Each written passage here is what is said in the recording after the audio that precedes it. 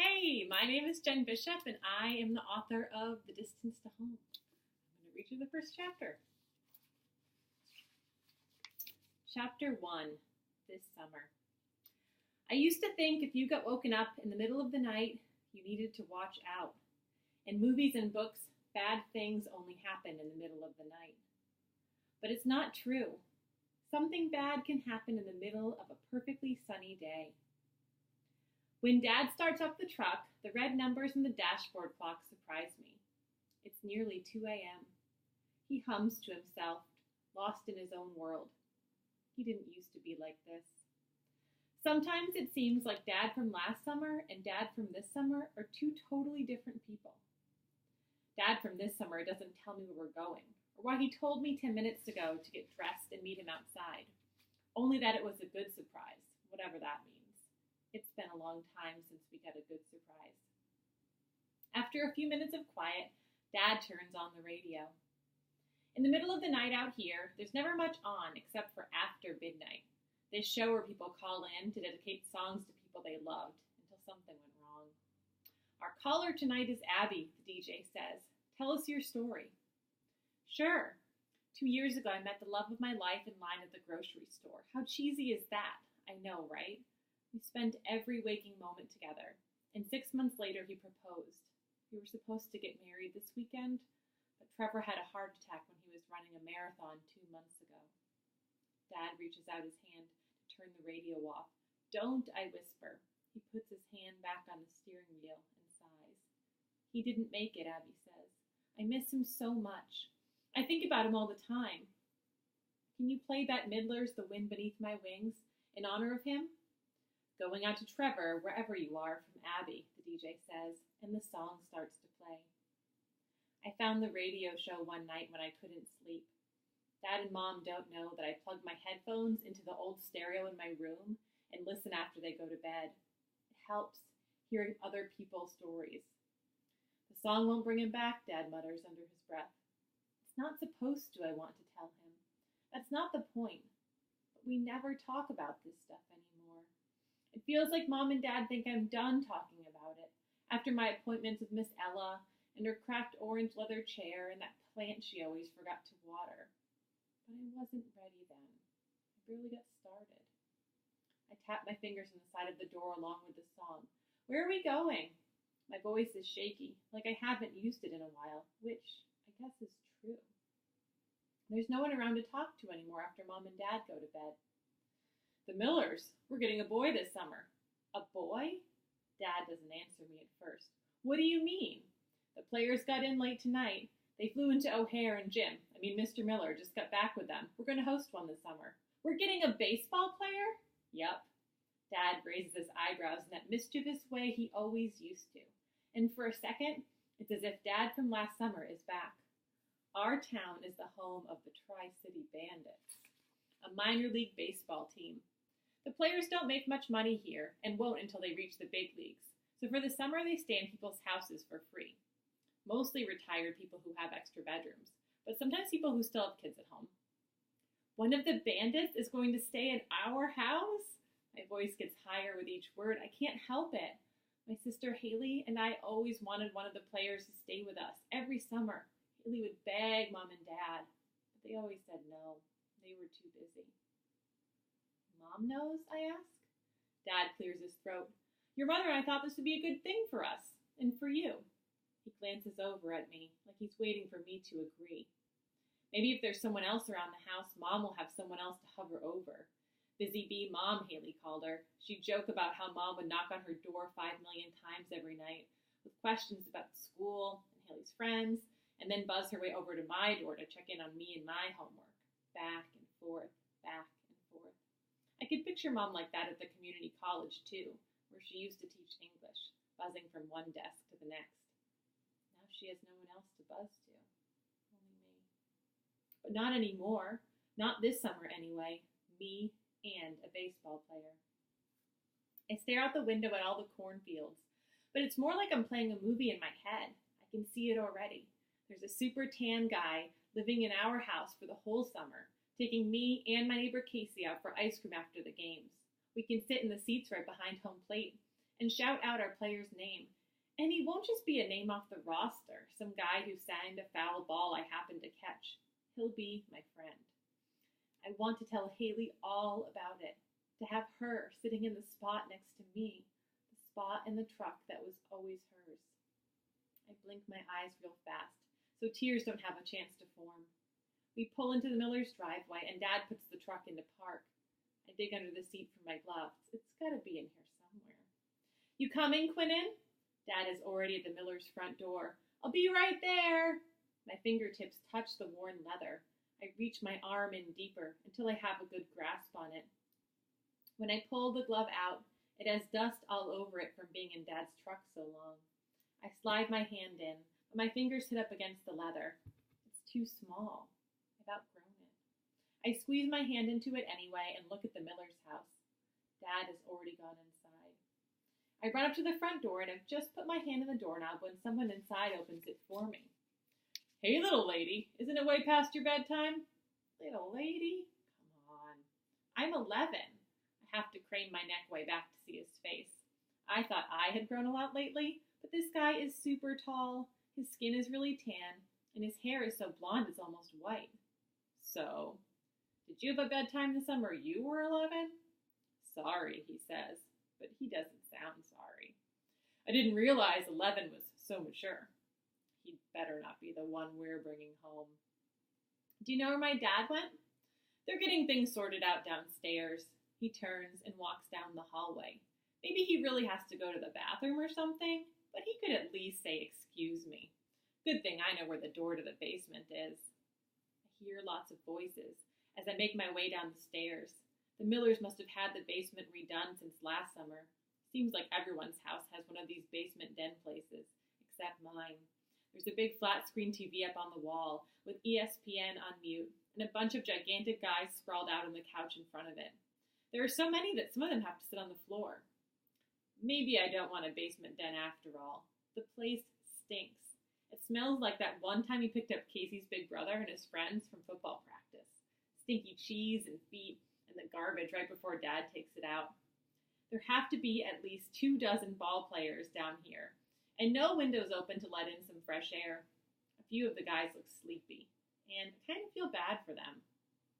My dad is talking to Mr. Miller, who keeps pointing at the different guys and scribbling stuff down on a notepad. I scan the room for Katie Miller, and I find her before she sees me. She's sitting on one of the couches, between two of the ball players. I pretend I don't see her, and head straight for the piano. Even though I don't know how to play, I lightly tap my fingers along the keys. Do you play? He has an accent, but I still understand the question. Piano, I ask, turning my face up toward his. He's 2 or 3 heads taller than me with dark brown skin and brown eyes. He has what my dad calls a 5 o'clock shadow. I don't know what that means exactly, but his face looks like it could scratch you if you touched it. He shakes his head. No, baseball. Not really. He points to the glove, still on my left hand. I am the worst liar ever. I used to play.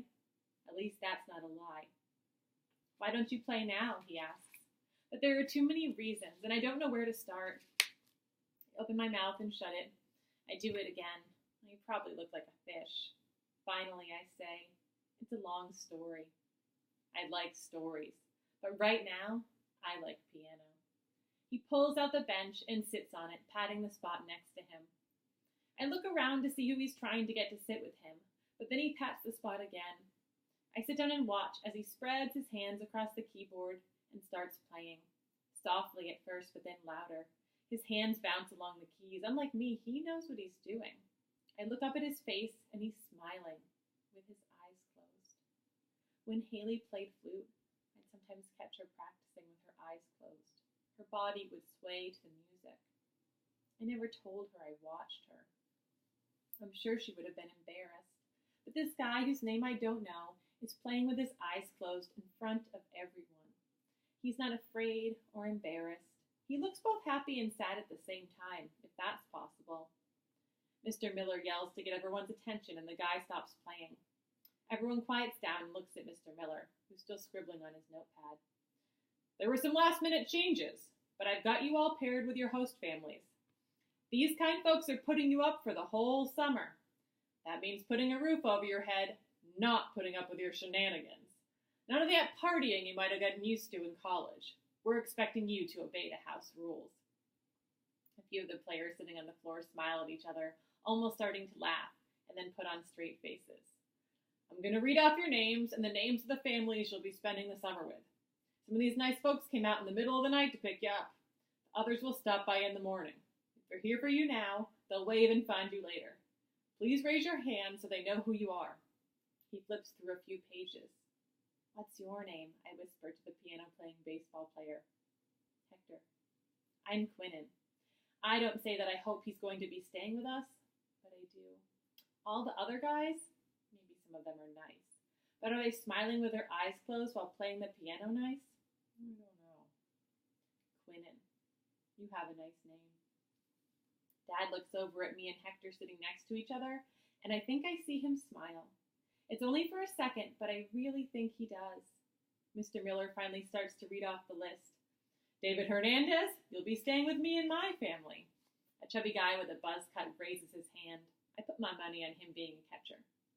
Timothy Scott, you're going to be with Ken and Kathy Montrose. Phew, that one has lots of tattoos and big veiny muscles. I'd be scared to run into him in our upstairs hallway at night. Hector Padilla, Mr. Miller says. Hector doesn't stick his hand up like he's supposed to. I nudge him and whisper, raise your hand. Please us, please us. You're with the Farrells, Mr. Miller says. The Farrells live up the street from us. I look over at Dad, but he's busy talking to one of the players. He doesn't even care which guy we get. I listen carefully, my eyes darting around the room, as Mr. Miller reads out one name after another. One by one, the players raise their hands and smile, like they're happy to be with these families they don't even know. Only a few left now, and you'll all be on your way. Mr. Miller flips to the next page. Brandon Williams? The annoying blonde guy who let me in raises his hand. Not us, not us, I chant in my head. You'll be staying with the Donnelly family. Dad waves his hand and catches Brandon's eye. Oh, great. Are you tired? I ask Hector while Mr. Miller finishes reading off the last few names. See, he replies, very tired. Long flight? He nods. Where did you come from? I ask. Dominican Republic. I've looked it up on the map before since so many good baseball players come from there. That's really far away. No wonder he's so sleepy. Hey, man. I look up and see Brandon walking right toward us. Hey, little lady. Guess we're going to be seeing a lot more of each other. I slump on the piano bench. Yeah. David Hernandez comes over and says something to Hector in Spanish. Hector stands up. Are you coming to opening day? Always, I say. See you there. Bye, Hector. Goodbye, Quinnen. Maybe sometime I can show you how to throw a slider. He points at my glove. You're a pitcher, no? How does he know? Something flutters deep inside me, like a knuckleball. But by the time I open my mouth to respond, Hector and David are walking over to their host families, and I'm alone with Brandon. What position do you play? I ask Brandon. Pitcher. I cringe as he cracks his knuckles. I hate when boys do that. How fast is your fastball? 96. How fast is yours, like 20? He laughs at his own joke. I roll my eyes. Katie has her back turned toward me. But I can tell she's talking to David, probably telling him all about her team. Her team. It sounds wrong, even when I just say it in my head. Are they undefeated like last year? I'd ask Casey, but he didn't make the cut this season. Dad places a hand on my shoulder. Ready to go? Brandon looks down at me. Mr. Donnelly? That's me. Dad stretches out his hand for a handshake. Nice to meet you, Brandon. Glad to have you around for the summer. I hate to admit it, but Brandon's arm looks way strong. Dad is to shake his hand out a little after Brandon lets go. Let's grab your bags and hit the road. What do you say? Dad and I follow Brandon over to a big pile of duffel bags and suitcases. Dad gives me a little smile, while Brandon digs through to find his bags.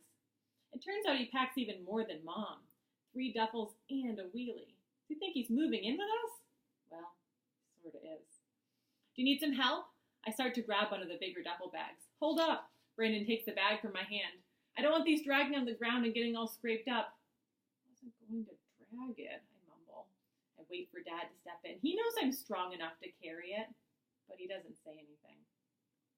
With my hand buried deep in my too small glove, I trail behind Dad and Brandon as we head out to the truck.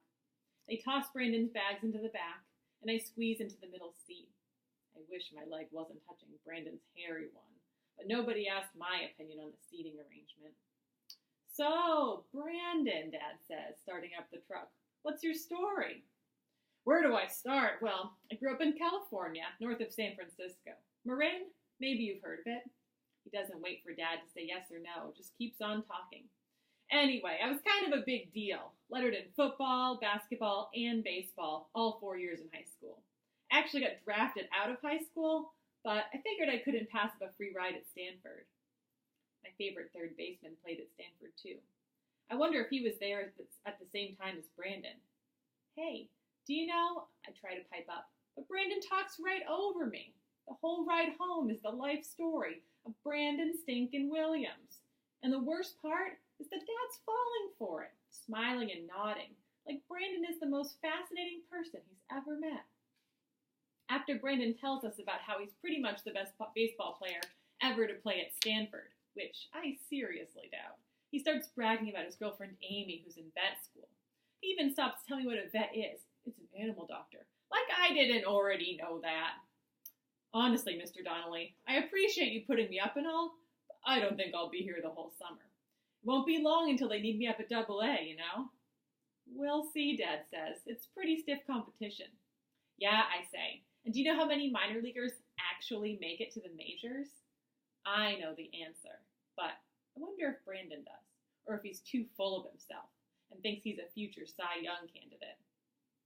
I know the odds. I majored in statistics at Stanford. But those numbers don't matter when you've got the goods. I grumble and tighten the laces on my glove.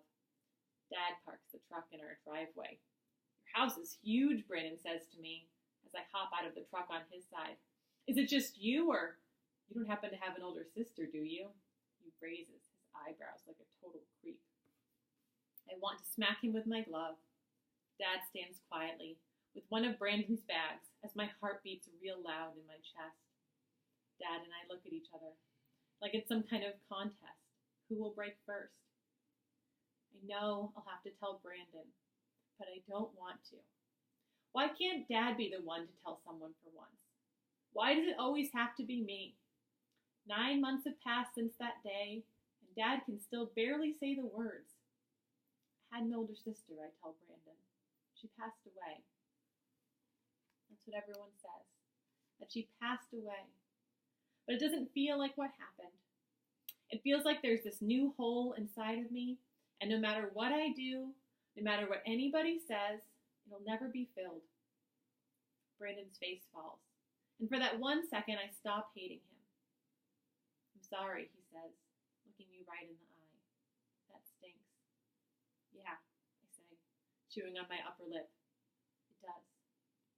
I help Dad and Brandon carry his luggage up to the guest bedroom, across the hall from mine. Mom put clean sheets in the bed and laid out towels and a fresh toothbrush for Brandon.